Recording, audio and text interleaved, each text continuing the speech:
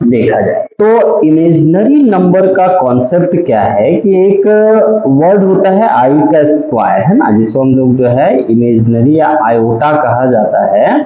तो आई का स्क्वायर को ही हम लोग -1 के बराबर मानते हैं, और अगर आप जो है यहाँ से केवल आई निकालेंगे तो स्क्वायर अगर उधर जाएगा तो अंडर रूट हो जाएगा। तो आई का वैल्यू हो गया -1 का स्क्वायर रूट अंडर रूट। अगर इसी को देखिएगा कि अगर किसी संख्या में आपका ये आई आ जाता है तो उसे हम लोग कहते हैं कि वो एक रियल नंबर नहीं है बल्कि वो एक इमेजिनरी नंबर है। इसको देखिएगा, जैसे अगर मान लीजिए आपको एक स्क्वायर रूट निकालना है -16 का, तो -16 का अगर स्क्वायर रूट हम लोग करते हैं तो किस प्रकार से इसका स्क्वायर रूट निकलेगा, इसको आप लोग समझिएगा। अगर यहाँ से जो -16 है इसको समझिए तो -1 × 16 में आप तोड़ सकते हैं, और यहाँ से अगर हम लोग देखें तो ऊपर में आप देख सकते हैं कि -1 को ही आई का स्क्वायर लिखा जाता है, तो इस आई का स्क्वायर से रिप्लेस कर देंगे -1 को। और आप ये भी जानते हैं कि जो 16 होता है इसे हम लोग 4 × 4 ऐसे तोड़ सकते हैं। तो अगर इसको देखिएगा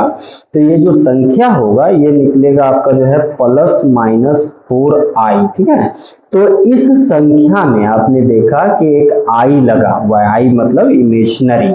तो ये जो संख्या आपका कहलाएगा, इसी को हम लोग कहेंगे कि ये रियल नंबर नहीं है बल्कि इमेजिनरी नंबर है, एक काल्पनिक संख्या है, जिसे आप कह सकते हैं कि एक ऐसा संख्या है जिसे हम प्रयोग में नहीं लाते हैं। आप किसी को कहिएगा कि हमने आपको 4i रुपया दे दिया या आपने हमसे 4i रुपया लिया हुआ है, तो इसका कोई आपका जो है मीनिंग नहीं निकलता है। ये आपका एक तरह से मीनिंगलेस है, इसका कोई प्रैक्टिकल लाइफ में हम लोग का यूज नहीं है। तो इसी प्रकार के संख्याओं को हम लोग क्या कहते हैं, इमेजिनरी नंबर। इसी को थोड़ा और उदाहरण से हम लोग समझते हैं।